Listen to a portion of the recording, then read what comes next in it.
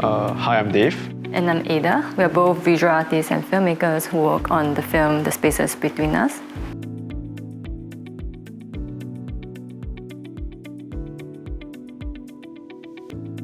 The concept of the film started out pretty simply. It was sort of a let's view it through parts of society. So people that are working, people that are living at home, how are they dealing with the pandemic? So we started out with that sort of framework when we first initially started the film, and it soon progressed very out of hand, I think, and that was something that we realized when we filmed more. A lot of things didn't dissect itself along those lines. It was not very clean. It was not really cleanly cut, and we also found some parts of society were underdocumented, underrepresented, and a big part of that was the foreign workers at that time.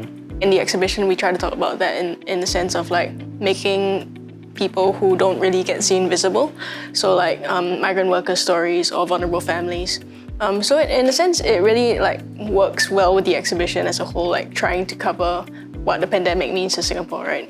Do you think that that's what the film tries to do? So there is like the first part where we recognize the people that are not that are not seen on camera, that are not spoken, and then the second is for someone else. I mean, for the audience to realize. And I think a big part of what we really wanted to do was to really hit the second. There's a lot of innocuous scenes, especially in the first half, and it suddenly goes into the foreign workers and sort of, there's the everyday life, there's that contrast of the everyday life that we wanted to bring about. What was going through your mind as you were putting these scenes together? Was there like a disconnect of sorts? As you say, now some time has passed since you made the film.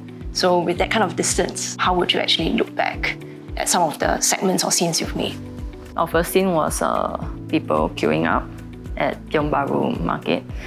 And we just thought that we would jump into a scene that is recognizable. I mean, it's a new behavior that we have to kind of enforce on ourselves. It's not natural. Yeah, it's really not natural to be 1 meter away from everybody at all times. Yeah, I think now we have an imaginary ruler, right? And we stand beside someone. So I can estimate like what's 1 meter away. And then after that, we kind of very quickly move on actually into resumption of like work and activities in Singapore. And I think that is contrasted with like, this 1 month old celebration of this family. And then it kind of like cuts into this worker cutting the tape of our fitness corner and playground. We really wanted to capture that because for us, we kind of saw that like, like how shops have grand openings. Yeah, we were like, yeah. Symbolic, right? Yes.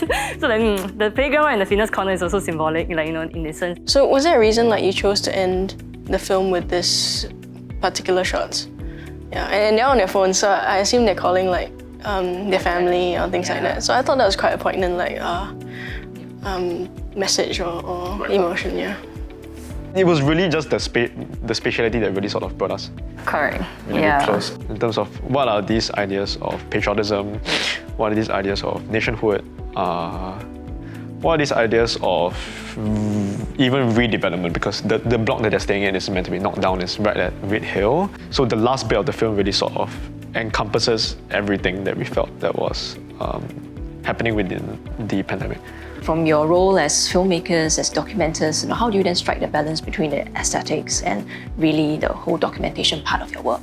It's also the choice of witnessing, right? Like that we decided to, make it a bit more wide, as if you are there witnessing the scene, without any deliberate close-ups. We kind of wanted to pull it out so that things could happen within this frame of seeing, this frame of viewing. So these restrictions, such as having a set frame, sort of allow us to then talk and discuss and really concentrate on what is more important. Do you have any thoughts on the medium of film and compared to, say, photography? Because you're capturing like very similar things, but in a very different way. I guess we could include more in one scene.